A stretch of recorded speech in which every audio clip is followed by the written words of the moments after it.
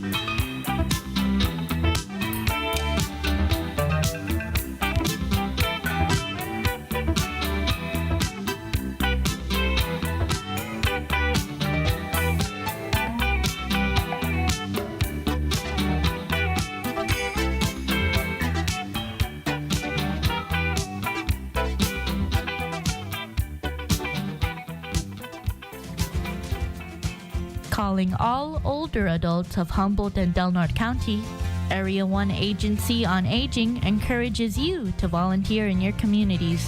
Volunteers are vital to Area 1 Agency on Aging's mission to support and promote healthy aging.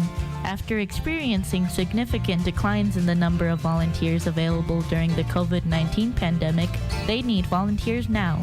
Ready to help? They offer volunteer opportunities that you can do from the comfort of your home or their office, where you can work alongside enthusiastic and passionate staff and volunteers with similar interests. Finding a volunteer opportunity can be as simple as giving them a call or visiting their website, www.a1aa.org. Submit a volunteer interest form and call 707-502-7688 or email volunteer@a1aa.org. Want to get all the latest local, regional, state, and national news in one place? Listen to Redwood Voice Community News, produced by Redwood Voice Youth Media, airing on KFUG Community Radio at 12 noon and rebroadcast at 5 p.m. every weekday. You can also hear us on KCZH LP in Eureka at 6 a.m. every weekday morning. You can find all of our newscasts at redwoodvoice.org. Redwood Voice Community News, the only hour-long newscast in Del Norte County, a production of Redwood Voice Youth Media and KFUG Community Radio. KFUG Community Radio. Hey, good morning. It is 7:45. Paul Kritz with you, making sure all the buzzes and hums in my head are supposed to be there. And okay, all right. So does it sound like I'm discombobulated? I totally am. I've been working, getting a live stream going of from the Fug House, because we have a streaming gig tomorrow night, and working with the audio, doing a whole bunch of stuff, plugging things in, unplugging things, all of this. Jessica St. R. Andrews drops by to pick up a camera to borrow. And so we've got everything set up, everything's working. And so now I'm just going to catch up with Jessica. So there you are. Good morning, everybody. Morning is Broken is the show. You're tuned to KFUG Community Radio. We just heard a bunch of music I could back announce, or we can start talking with Jessica. Why are you in town this morning, Jessica? So yesterday I was in Brookings to hang out with the volunteers. The Proud Boys? Oh, sorry. Jeez, Paul, man, I thought I was a closet fascist, but No. I thought because you're in Brookings, so you're hanging out with like the city council. Jeez, no. No, actually, I was hanging out with at St. Timothy's with the volunteers that are feeding the hungry. Oh my God, like There's some good stuff up there, yeah. There's some really cool things they're doing. Yeah, they've got and it's not just feeding the hungry. They've got all these like different programs, ministries that they do, legal aid, helping people get their like birth certificates and identifications, and gas assistance and utility assistance, and feeding the hungry is just kind of part of it, but it's all just what they do as part of their faith, and I think that's a beautiful thing. Yeah. I do. We were talking about this off microphone, but that kind of Christianity that makes to be really really faithful. They're walking. People. They're not just like oh, Jesus loves you. They're.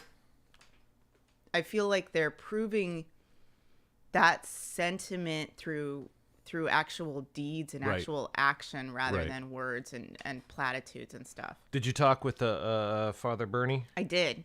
He's a really, really cool guy. He is a really, really cool guy. Yeah, absolutely. And I feel like, because one of the reasons I was there is the city of Brookings serves... The Proud Boys. Is that who you're talking about? The Proud Boys of Brookings? Yeah, okay. Except I think can you be a Proud Boy if you're a woman? Is there a woman? Did they finally get a woman on the Brookings City Council? There's a woman on the city council, yeah. Okay, I thought there was just all Proud the Proud Boys and woman. I don't know. And Proud Boys and friend. Right. So the city served the church with an abatement notice. Right. A couple weeks ago, threatening to fine them because they're feeding the hungry. That's a good look. In a residential area, according to them, that's they're feeding the hungry without a conditional use permit in a residential area. But they've always done that. And churches have always done that in Brookings until COVID hit. Well, there was so we did a big long piece on the church and everything. Yeah, went up last there year, and, yeah. and we talked with people in the neighborhood, and it's like, and it wasn't representative or scientific or even it was vaguely journalistic in that, oh, hey, there's some people I standing didn't out do in the that, yard. so it's more journalistic than I was. So we we went that extra mile and walked the 40 yards up the street and said, hey, and just the people hanging out in the neighborhood. I mean, they made it sound like it was disruptive what was happening at the church, but they were totally like on board with it. They wanted it to change, but they understood the good that it was doing. Yeah.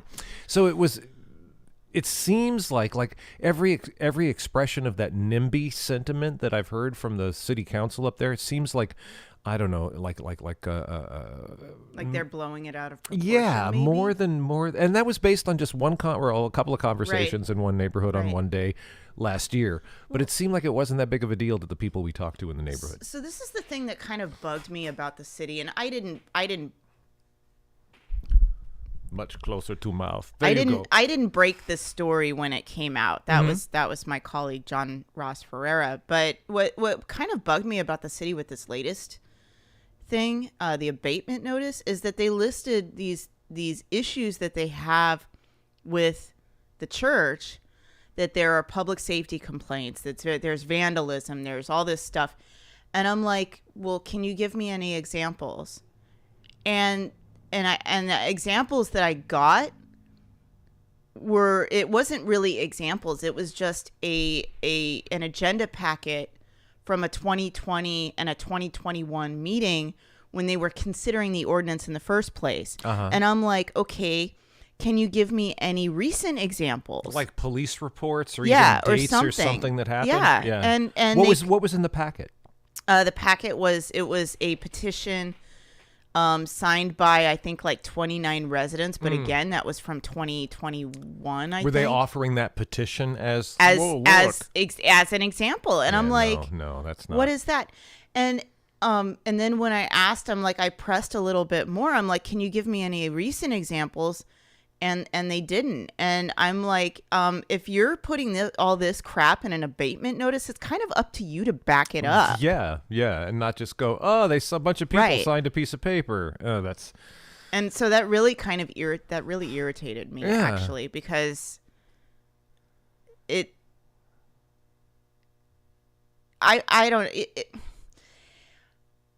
don't mind having to do my homework, but that kind of situation, I don't know if the city was all like, oh, you dig up some examples yourself, go talk to people or whatever, which is okay. Yeah, but the onus But if they're isn't putting on it you. out there. Exactly.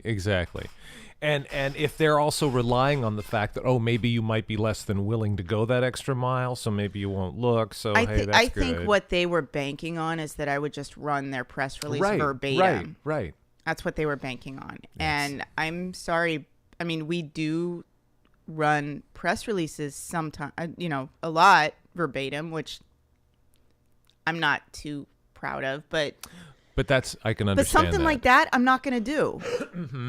Yeah. Well, yeah. Because there's a story there. I mean, it's one thing to run, Dale Miller Morgan's is the Grand Marshal. Dale Miller. Marshal, whatever. Dale Morgan's the Grand Martian. Oh my God. That's. I got to write that down. Oh. Dale Morgan's the Grand Martian. If he's listening, I'm sorry about that. That's going on a t-shirt. Oh, Dale Morgan. Oh my God. But yeah, that's press release worthy right there. Yeah. There isn't a story there. Yeah, not really. And actually the press release, I'm kind of grateful when I see that, because the press release has a whole bunch of information. Right, I'd it's never like, even okay, think you about. did my work for me. Thank you. Yeah. It's Grand Martian. I've been listening. Thank you, Jessica. That's great. You're welcome. You've been listening to what? I've been listening to a lot of, there's a podcast I've been binging called the Q Dropped Podcast, and it's all about these like people that have like, their family members are QAnon supporters out of the blue, and they're coming up with this crazy stuff like aliens, we're all really aliens or something like that. And I think that's where that came from. Oh, wow. I like that. Dale was Grand Martian. That made my day. That really did. I'm never. He will always in my mind be now when I meet the little guy. Oh my god. You're Grand Martian, Dale. It's in the paper. Oh my gosh. Okay, so we're looking. This is what I'm not doing right now. Now that I've gotten, I got the stream going. And if you'd like to, hey, just see what's going on here in the Fug House this morning with Jessica stopping by, go to the KFUG Community Radio YouTube channel. We're streaming right now. Two cameras. The audio's working. Everything is happening as it should be. And the part of my morning that I'm not doing right now is going through Jessica's articles from yesterday and cutting and pasting them into a news I document. only wrote one. Oh, well, there's one and a press release. Yeah. So we'll use the press release because it's the one about the Tribal Council of the Rezaghini Rancheria. Right, which I didn't have to rewrite, by the way, which is like... It's a thing, huh? Yeah. Yeah, there was, Well, I kind of like that because I feel like, at the Triplicate, when I was the features editor or whatever, I was doing a lot of rewriting press releases or, typing up Chuck Blackburn's columns and stuff, and because he always how would they it come, like handwritten on cocktail napkins or something? Actually, they were typed. Oh wow, yeah, of course, okay. And I'm just like, email. Nope, he's got to sit and type them. I understand that. I don't know. Say what you will about Chuck Blackburn, and he's a nice guy. He was a nice guy. He was a very nice Yeah. guy, and I know we've got that whole thing with the water in the estuary and his big showboating thing where he went and drank the water out of the river to show that When did he do that? It's just Google Okay. the estuary stuff. There's a big article, and I think they're just about every. It may have been was it SAC B, somebody else. When they were breaking the fact that all that stuff is, all the pesticides are ending up in the estuary, and then the fish have three eyes Right. and things, and That'd be kind of cool. it was like I want to say 2000. I don't know if it was as recent as 2007. It was back when he was a supervisor. Supervisor, yeah. And he made a big deal of going to the boat ramp there off of Fred Haight and standing there in front of reporters and scooping up the Smith water and the Smith River water and drinking it, to show everybody how healthy it was. It was a showboating thing. Right. It was a political thing that is Right. that's no respect there. But every conversation, every interaction I ever had with Chuck Blackburn, he was just a terrific guy. Oh yeah, same here. You read his book?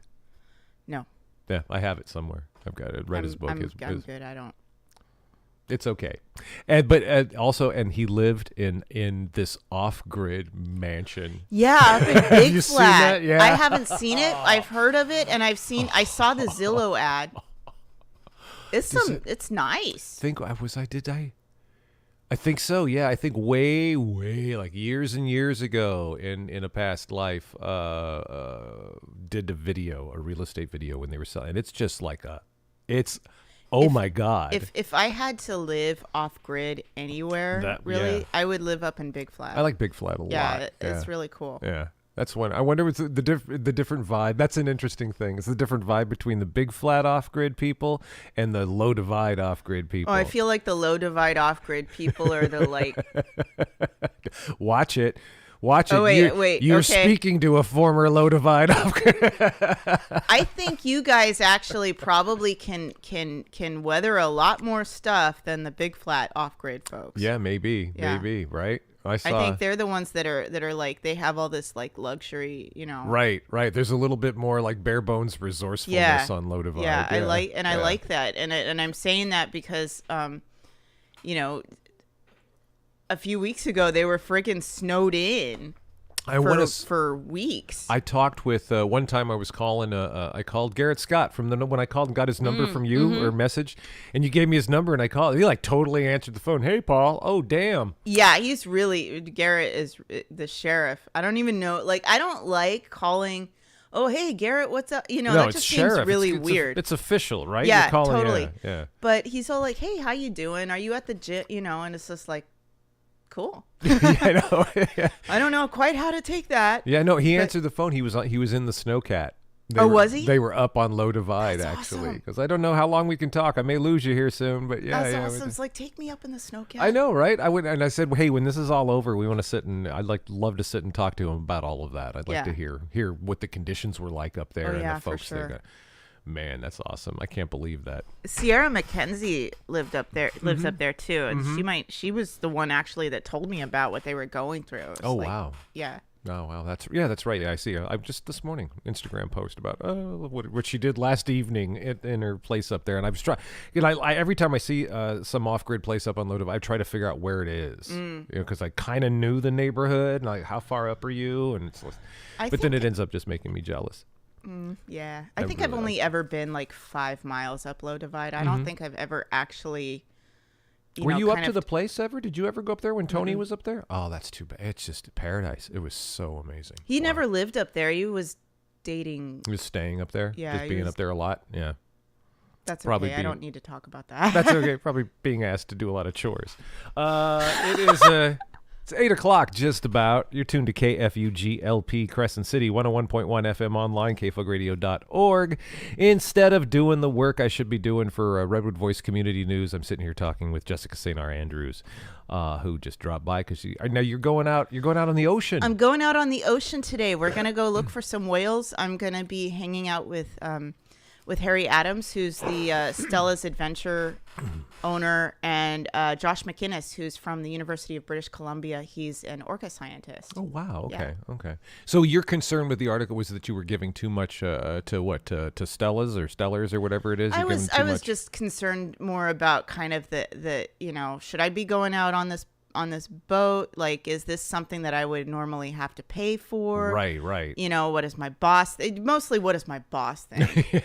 And he's fine with it. Yeah. That's awesome. So what do? You're looking for whales, but what? Any particular kind of whale? I think I'm not sure. I'm assuming since I'm going out with an orca guy, I'm looking for orcas. Right, because but- that was the deal with that last Yeah. whale body that washed ashore. Yeah. It was attacked by orcas, and it's already starving because it hasn't eaten because it's been down in Baja where the breeding grounds are and stuff, and so I guess maybe I don't know, too much getting harassed by a bunch of orcas and tooth raked and everything was too much for it, so it died.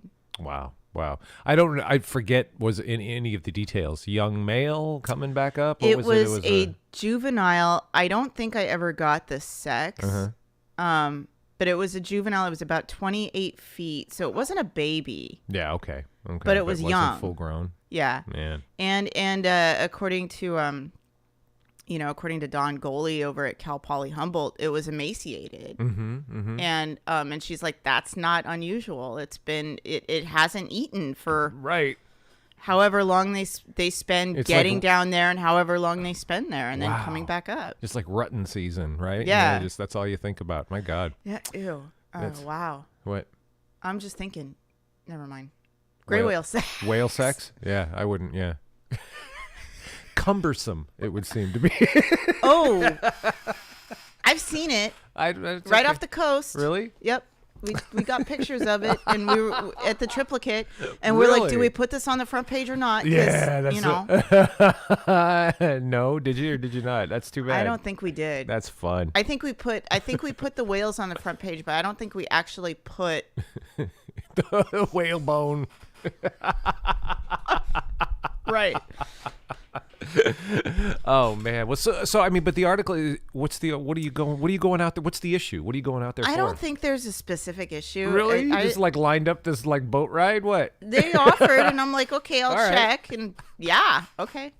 That's like we did a story on the grants that that one of the KFUG got the grant from the county, and we did a story on the whole program and the other nonprofits, some of the other nonprofits. One is the St. George Reef Lighthouse Preservation Society. Oh, right on.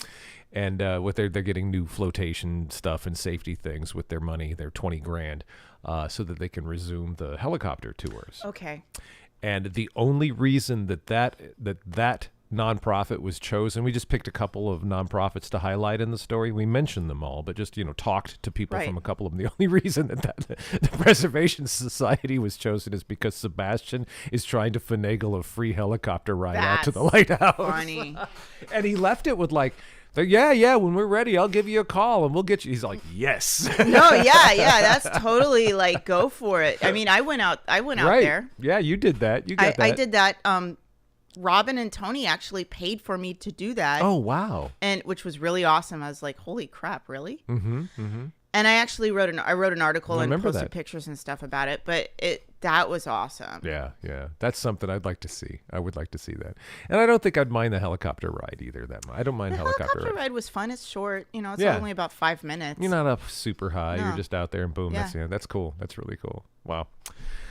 Oh, well, 4 minutes into the 8 o'clock hour, you tuned to KFUG. Paul Kritz with you. Morning is broken, and we're just shooting the stuff with Jessica St. R. Andrews, although I should get back to work here because we've got to use her stories to make the news, and the Redwood Voice youth media team is in an hour, which reminds me, and it's just a cutting and pasting, but I have to make sure we have enough news for it. I usually record the second act segment, too, that we play, so I'm not sure.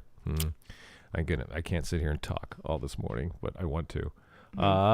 Let's see. What are we going to do? Oh, yeah. I'll tell you what's coming up. It is a Tuesday, so any weekday at 9 o'clock, we've got Amy Goodman and Democracy Now! I'll be back at 10 o'clock with community service until noon. At noon, it's Redwood Voice Community News. It's a Tuesday, so at 1 o'clock after the news today, we've got this week's Health Matters. PA Lynn Szabo. We sat down with a couple of other people this weekend, talked about Suboxone and the changes coming to Suboxone programs. And that is Health Matters. That's at 1 o'clock. Tuesday, then, from 2 to 4, it's a couple hours of country music. This country. And then at 4 o'clock, I figure I need to be, you say country music. There's a lot of countries. Right. I want to be, it's not 2 hours of gamelan, although that would be awesome. That'd be cool. That would be beautiful. 4 o'clock. Or 2 hours of throat singing. No, Mongolian throat singing. We should do a country show and just pick out different countries. Oh my God. That's a good idea. You could probably there's a bunch of stuff in the Mostly Dark show if you want to look at really weird. Yeah, every once in a while we do play the Who. The HU Who. Yeah, that Who. 4 o'clock, it's Project Censored from the Pacifica Radio Network, and then at 5 o'clock, the rebroadcasting, today's rebroadcast of the noon newscast. And then Tuesday? Oh, yeah. At 6 o'clock tonight, J.J. Cale for an hour, and then after that, it's blues all the way down to midnight because it's Tuesday. Yes, that's it. And that's where we are. And I'm out of coffee, man. All right. We're going to get some music going here. I'm going to get some coffee, and I don't know. Maybe we'll be back and talk more with Jessica St. R. Andrews from the Wild Rivers Outpost, who's here bumping around Del Norte today. Going to go out and get on the ocean. You good being out at sea? Is that something? Are you comfortable doing that? I think I'm okay with it. I'm more worried about being cold than anything else. Right, yeah. I'm all bundled up, for me. Ooh, I don't know. I don't know if that's seafaring bundled up. You may need some more. I don't know. Well, this is what I got, so that's it. I'm gonna have to. I got a pea coat you can borrow if you want. Really? Yeah, that'll keep you warm. I might take you up on that. All right then. KFUG Community Radio Stereo Lab.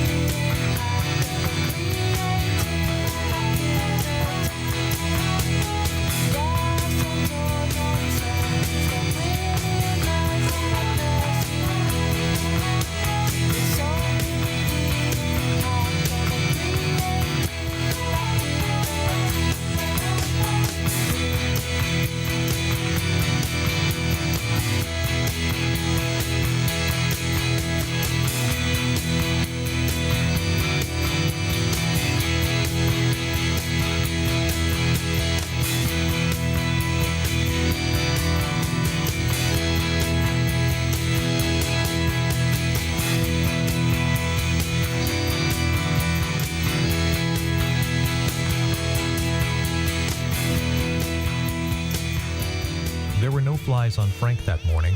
After all, why not? He was a responsible citizen with a wife and child, wasn't he? It was a typical Frank morning, and with an agility that defies description, he leapt onto the bathroom into the scales. To his great herald, he discovered he was 12 inches more tall-heavy. He couldn't believe it, and his blood raised to his head, causing a mighty red coloring. I can't not believe this incredible fact of truth about my very body, which has not gained fat since mother begat me at childburn. Yea, though I wart through the valley of thy shadowy hut, I will feed no Norman. What great qualmsy hath taken me thus into such a fatty hardbuckle? Again Frank looked down at the awful vision, which clouded his eyes with fearful weight. 12 inches more heavy, lo! But I am not more fatty than my brother Geoffrey, whose father Alec came from Kenneth, through Leslie's, who begat Arthur, son of Eric, by the house of Ronald and April, keepers of James of Newcastle, who ran Madeline 2-1 by Silver Flower, 10-2, past Watt Row Watt, at 4/3 a pound. He journeyed downstairs crestfallen and defective, a great weight on his boulders. Not even his wife's battered face could raise a smile on poor Frank's head, who, as you know, had no flies on him. His wife, a former beauty queer, regarded him with a strange but burly look. "What ails thee, Frank?" she asked, stretching her prune. "You look dejected, if not informal," she addled. "'Tis nothing but wart I have gained but 12 inches more tall-heavy than at the very clock of yesterday at this time. Am I not the most miserable of men? Suffer ye not to spake to me, or I might thrust you a mortal injury. I must traddle this trial alone. Lo, Frank, thou hast smote me harshly with such grave talk. Am I to blame for this vast burden?" Frank looked sadly at his wife, forgetting for a moment the cause of his misery. Walking slowly but slowly toward her, he took his head in his hands, and with a few swift blows had clubbed her mercifully to the ground dead. "She shouldn't see me like this," he mumbled. "Not all fat, and on her 32nd birthday." Frank had to get his own breakfast that morning, and also on the following mornings. 2, or was it 3, weeks later, Frank awake again to find that there was still no flies on him. No flies on this Frank boy, he thought, but to his amazement there seemed to be a lot of flies on his wife, who was still lying about the kitchen floor.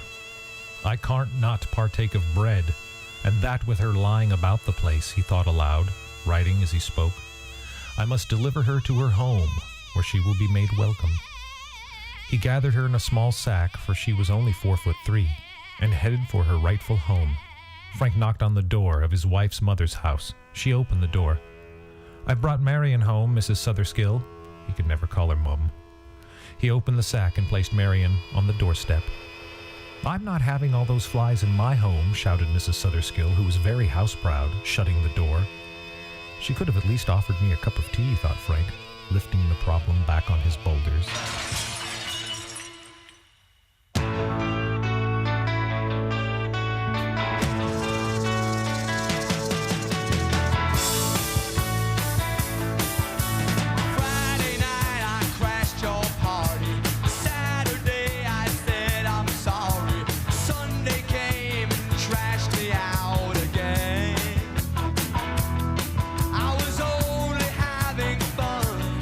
Wasn't hurting anyone.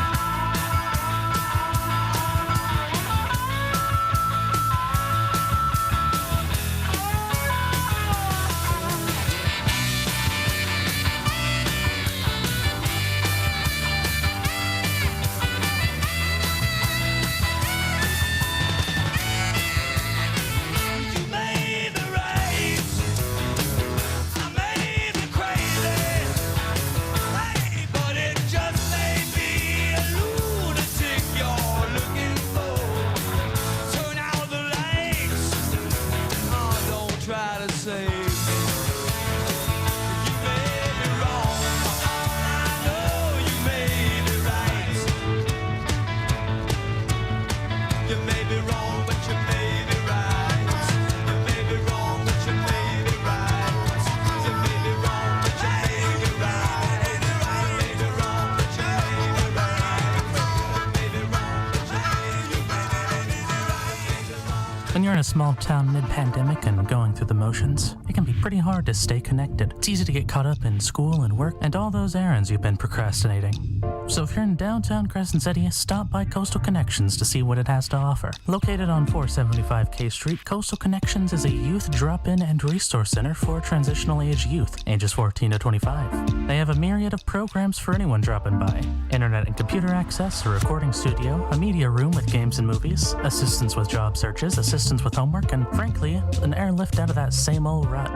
This could be the place you regularly hang out, bring your friends, or maybe even make some. Coastal Connections. For more information, you can call 707-464-3060 or drop by at 475 K Street in downtown Crescent City, California. KFUG proudly presents Live and Kicking Sunday at 8 p.m. Pacific Time, a one-hour musical adventure featuring live music covering a wide variety of styles and favorites. Join me, your host, Bruce Anderson, each week with touring guest musicians sharing their music and cross-mic fun. Sunday, 8 p.m., KFUG, Community Radio for Crescent City, Del Norte, and beyond. That's us, KFUG Community Radio, 820 The Time. Paul Kritz with you. Morning is Broken. That is the show. Sitting here today talking with Jessica St. Andrews. Came by to borrow a camera. And ended up borrowing a coat, too. Ended up borrowing a coat, too. Here, the microphone. The mic, it's much close there. Sorry. You got to get right up in there. I know. Oh, I'm looking for, we've got Persephone down in Humboldt who files a story every day, and I'm downloading it right now. For today's newscast, Redwood Voice Community News, the only hour-long newscast emanating from Del Norte County in any way, shape, or form. And it relies heavily on the work of Jessica St. Andrews and the Wild Rivers Outpost. I noticed recently, and I don't know if you went through a spate of them or if there was more than just one post, but on Facebook, these old pictures of Whittier. Yeah, that's where I grew up. And I saw those because I get stuck with those things too. I find old pictures of the San Joaquin Valley or of San Francisco, and I'm just I'll scroll through these for a long time. And it's so I come to like Whittier, and I'm going, please, Whittier, and I go, oh yeah, that's right, that's where she grew up. Well, mostly I'm looking for things that I recognize, from those old pictures, because I mean, LA, it was all so agrarian, and it's not. It is. It up until it's not anymore. Yeah, like 100 years ago, there was space between the towns down there and oil fields or oil derricks on the beach and things like that. Yeah, and oil derricks in the hills too. It's like Go ahead. I'm sorry. I was just gonna say that whole place was obviously built on oil. That was a huge. Oh, the big boom. Yeah, the big boom in it. There's a. I just reread Farewell, My Lovely, which is one of my favorite like Raymond Chandler novels, and in it there's a Philip Marlowe is talking about some mansion in the hills somewhere, in L.A. and he could smell. It's nighttime and he could smell orange trees, like orange, and he's going but it wasn't. He said it wasn't left over from the orange groves. It was at this point it was some rich man's folly, some little backyard grove somewhere. Oh, really? Yeah. That's cool. Yeah. And Chandler was. I'm sorry. No, go ahead. I was just gonna say, wasn't Raymond Chandler an oil? Yeah. That's what he did before he decided to be a writer, because he drank himself out of the industry, and at 45 went, I guess I'll go be a writer, right? And read pulp magazines to teach himself how to write that kind of story, and then hit it out the park and wrote 7, 8 Philip Marlowe novels and a whole bunch of short stories. Yeah, that's really cool.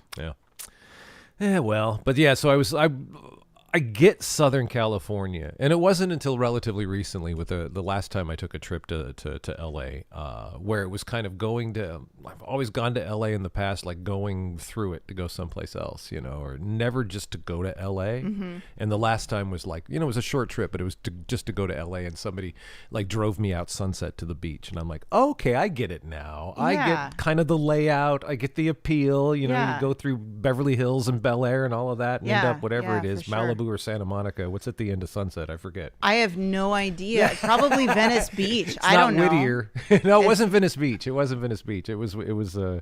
I forget. I think it's. Is it? I forget if it's Malibu or Santa Monica. That in the Raymond Chandler books is Bay City.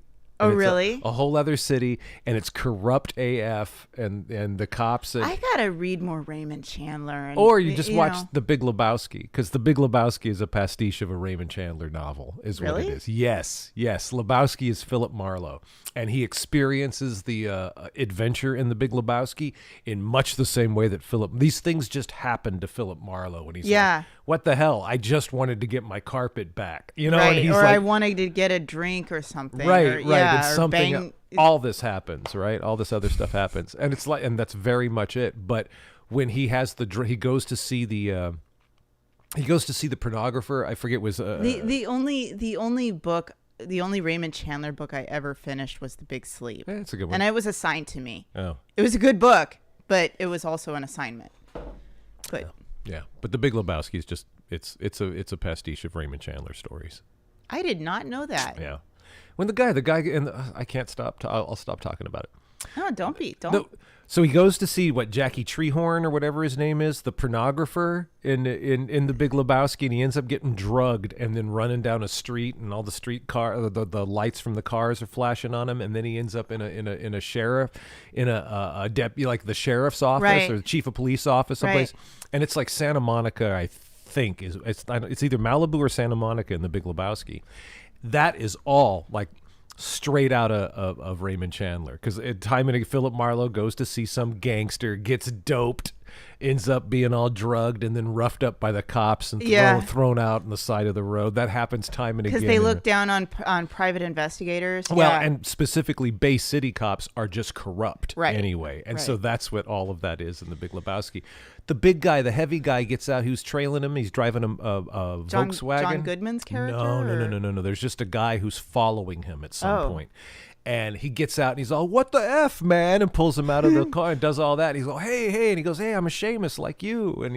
And he thinks he's a private detective. I and all need to this. rewatch the friggin' Big Lebowski now. It's a Raymond Chandler. Look at it. Instead of Jeff Bridges, imagine Humphrey Bogart.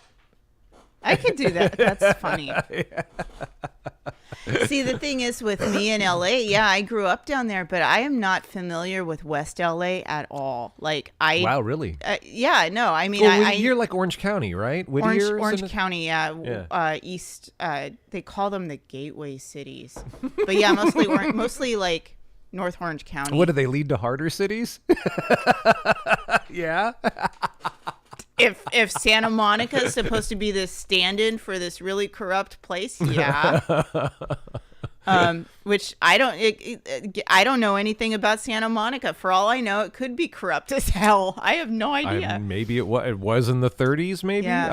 But I mostly hung out in like La Habra and stuff, which is the next town over from Whittier, which is in Orange County. La Habra's in Orange County. Whittier's in LA County. Okay. But that whole kind of Long Beach, East LA County area is what I'm most familiar with. Wow. Yeah. Okay. And well, yeah, because where you worked at Knott's Berry Farm, yeah, right? I worked at Knott's Berry Farm. And I actually went to Knott's Berry Farm recently. I went to Knott's Berry Farm in February. It was awesome. Really? Has it changed? I mean, of course it's changed. It's changed a lot. There's obviously the family, the Knott family, hasn't owned it for like 25 years. Oh, that's it? They had it that recently? I didn't know that. Yeah. Okay. It was bought out by Cedar Fair, which owns a bunch of other theme parks, mostly in the eastern part of the country. But the focus right now, like it's all thrill rides.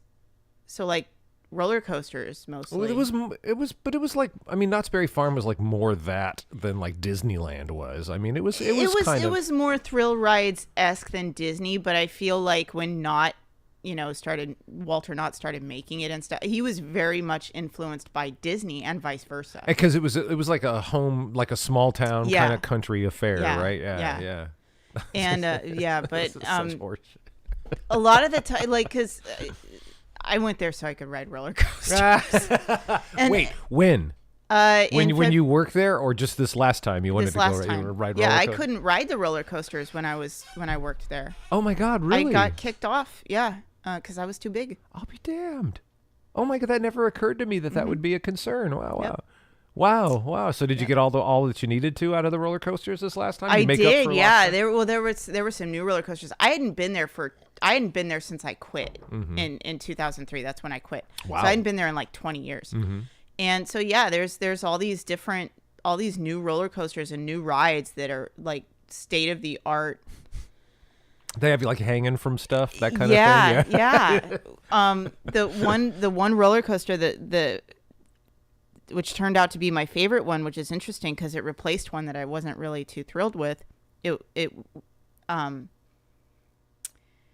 take you straight up and then they let you hang there. You just hang there for like 2 seconds before they drop you straight down. Wow. And I was like, yeah. You like that, huh? I love it. Oh man, all right, Yeah. all right. But my That's goal a- at some point is to go skydiving. I want to do that. Really? So bad. Oh wow. Yeah. Oh wow. Oh my God, I did not know that about you. That's nuts. Well, isn't it? You can do that. You can find all kinds of places to skydive over in a. Oh yeah, yeah. In the Rogue Valley, yeah. There's this whole like hang gliding community that launches themselves from this place called Wood Rat, which is like right down the street from where I live. Oh wow. Yeah. I didn't realize there was anything up high enough to do that. Yeah, they have like in June. One time I was driving around 238, and this was before I moved there, and I was just driving just to drive because that's what I do when I'm bored. And I looked in the sky, and there were all these like gliders floating down from this one mountain, and that's they do that. Yeah, and there's a place on 238 or off of 238 where they land, and you drive by, and there's a windsock there, and that's why. Oh, wow, Yeah. that's cool. I That had is no pretty idea. cool. No idea people could get high enough to hang glide anywhere around here. That's crazy. Wow. But I don't know. You should check out Table Bluff in Humboldt County. They hang glide there too. In Humboldt? Yep. Wow. Okay. Because Yeah, the updrafts are, I guess, just right for that. I don't know. No thanks. As a kid, I watched people hang glide off of Glacier Point in Yosemite. Wow. My dad was taking pictures. Yeah. And so we got up and like drove up to Yosemite in Fresno. It's a couple hours, so we got up at like 5 a.m. and drove up to Glacier Point. We were there by like 7. And all these hippies in the 70s. Did you want to get the sunrise or something? I don't know what they were. I think it actually had to do something with the thermals. Had to do something with like that was like the time of day to do it, or maybe it was the only time they could get permission. I don't know what it was, but it was early in the morning, and I remember a guy going, and I'm standing back, and my dad was taking pictures of them, and I was a little kid, and you'd run with the thing with the hang glider on your shoulders, run and then jump, and then they disappear because they drop. Right.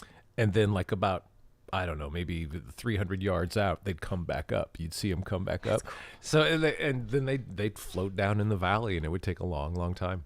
That's really cool. But one guy he goes jumping off and goes flying off, and he goes, "Oh wow, man!" Like super loud. It was like, yeah, that's far out, baby. 8:32 the time. Paul Kurtz with you. It is I was going to say community service. It's not. It's morning is broken until 9 o'clock. Amy Goodman, Democracy Now! Happens then. We have been graced with the presence of Jessica St. Andrews, who's in town doing journalism for us here. Yep. So that's cool. So we'll be able to write. So we'll be able to do the your story, your whatever happens today. Yeah, on no that. pressure. Yeah, I know, right? A local reporter lost at sea. Sometimes No, that's not. Yeah. Oh my God, I hope you see orcas. That's I do fun. too. That's cool. I hope I see whale. I'm sure I'll see some. I'll see something, but yeah. Yeah, seeing whale. I know. I've seen whales from boats a couple of times. It's vaguely unnerving. Because they're so much bigger than They're you. huge, man. Get away from us. Right? Yeah, the last time I saw whales from a boat, I was on a whale watching tour out of Hawaii, and we saw humpback whales slap its big things are huge. Oh wow! And they wobble when they bring them up out of the water and slap them Bam. down. Yeah, it's pretty cool. Was that like a warning thing? What was it doing that for? I think it was playing. Ooh, yeah, okay. As much as you can anthropomorphize, Right. That I think they were just playing.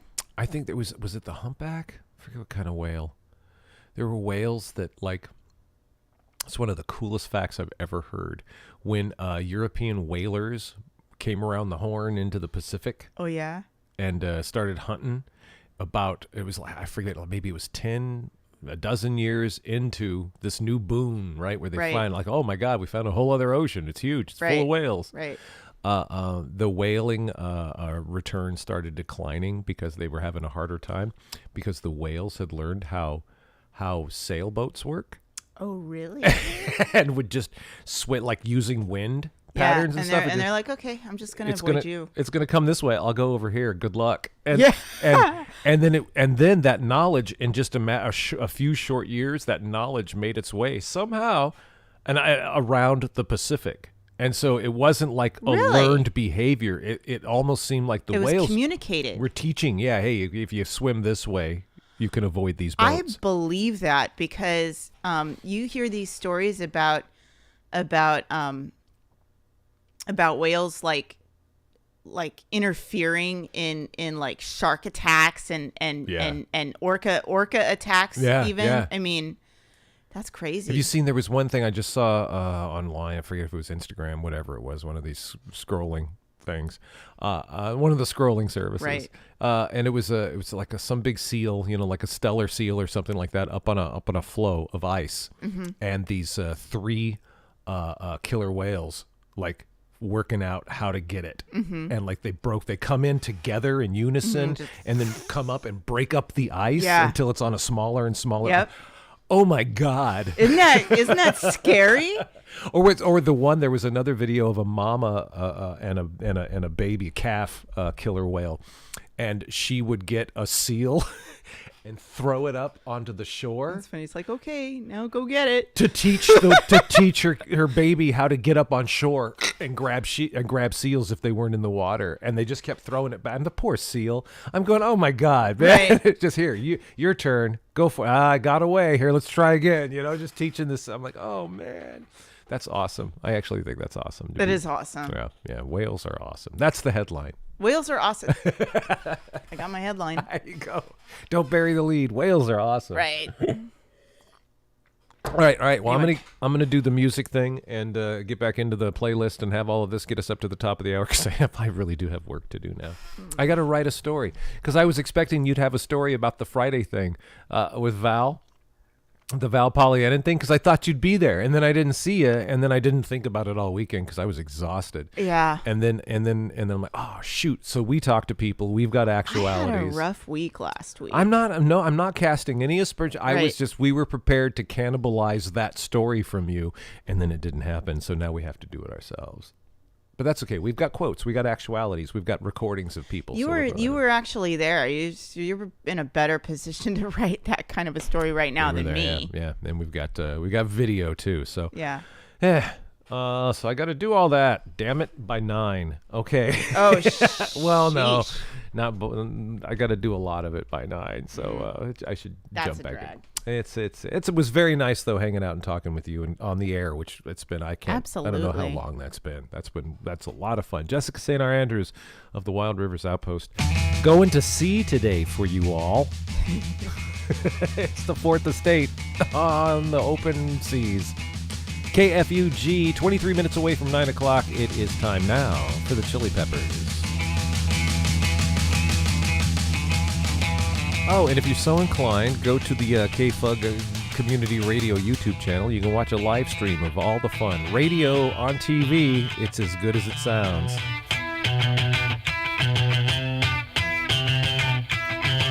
Can't stop, addicted to the shindig. Chop top, it says I'm gonna win big. Choose not a life of imitation. Distant closer to the reservation. Defunct the pistol that you pay for. Dispunk the feeling that you stay for. In time, I want to be your best friend. Eastside love is living on the west end. Knocked out before you better come to. Don't die, you know the truth is some do. Go write your message on the pavement. Burn so bright, I wonder what the wave meant. White heat is screaming in the jungle. Complete the motion if you stumble. Go ask the dust for any answers. Come back strong with 50 belly dancers. The world I love, the tears I try to be part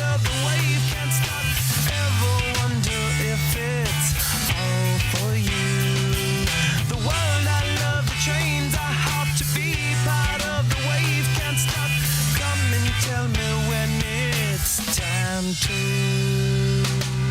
Sweetheart is bleeding in the snow cone. So smart, she's leading me to ozone. Music, the great communicator. Used two sticks to make it in the nature. I'll get you into penetration. The gender of a generation. The birth of every other nation. You're your way, the code of meditation. This chapter's gonna be a close one. Smoke rings, I know you're gonna blow one. All on a spaceship persevering. Use my hands for everything with steering. Can't stop the spirits when they need you. Mom shops are happy when they feed you. J butterflies in the treetop. Birds that blow the meaning in the leaf. The world I love, the tears I drop to be part of the wave. Can't stop. Ever wonder if it's all for you? The world I love, the chains I hop to be part of the wave. Can't stop. Come and tell me when it's time to. Wait a minute, I'm passing out, win or lose, just like you. Far more shocking than anything I ever knew. How about you? 10 more reasons why I need somebody new, just like you. Far more shocking than anything I ever knew. Right on cue.